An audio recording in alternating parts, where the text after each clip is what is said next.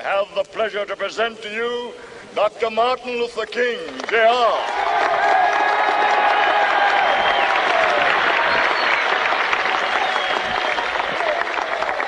I am happy to join with you today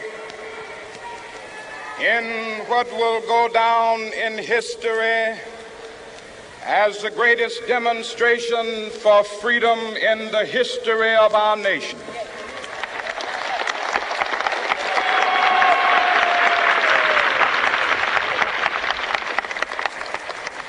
Five score years ago, a great American in whose symbolic shadow we stand today signed the Emancipation Proclamation. This momentous decree came as a great beacon light of hope to millions of Negro slaves who had been seared in the flames of withering injustice. It came as a joyous daybreak to end the long night of their captivity. But 100 years later, the Negro still is not free. 100 years later, the life of the Negro is still sadly crippled by the manacles of segregation and the chains of discrimination. 100 years later, the Negro lives on a lonely island of poverty. I have a dream that one day this nation will rise up and live out the true meaning of its creed.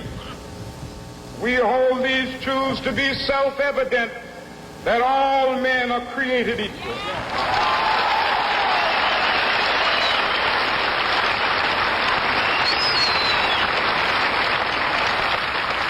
I have a dream that one day on the red hills of Georgia,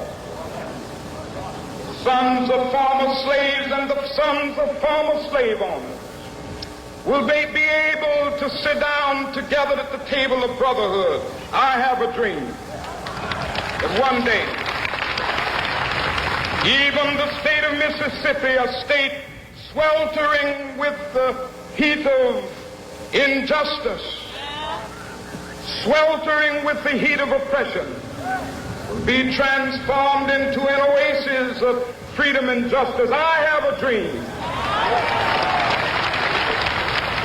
My four little children will one day live in a nation where they will not be judged by the color of their skin, but by the content of their character. I have a dream today.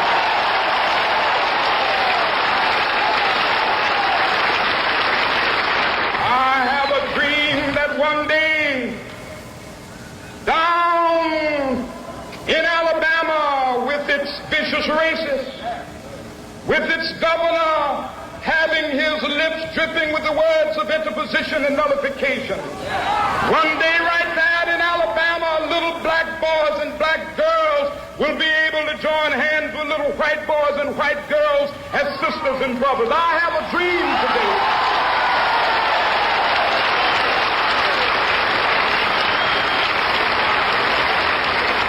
I have a dream that one day every valley shall be exalted, and every hill and mountain shall be made low. The rough places will be made plain, and the crooked places will be made straight, and the glory of the Lord shall be revealed, and all flesh shall see it together.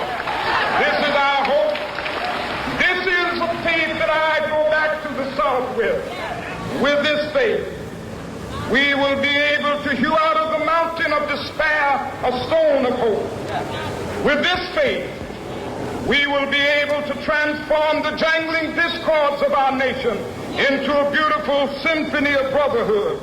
With this faith, we will be able to work together, to pray together, to struggle together, to go to jail together, to stand up for freedom together, knowing that we will be free one day.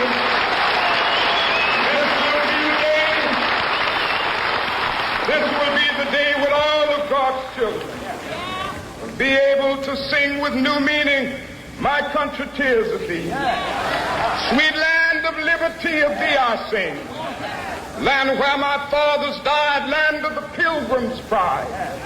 From every mountainside, let freedom ring. And if America is to be a great nation, this must become true. And so let freedom ring. From the prodigious hilltops of New Hampshire, let freedom ring. From the mighty mountains of New York, let freedom ring. From the heightening Alleghenies of Pennsylvania, let freedom ring. From the snow-capped Rockies of Colorado, let freedom ring. From the curvaceous slopes of California. But not only that, let freedom ring from Stone Mountain of Georgia. Let freedom ring from Lookout Mountain of Tennessee. Let freedom ring from every hill and molehill of Mississippi, from every mountainside. Let freedom ring. And when they gather,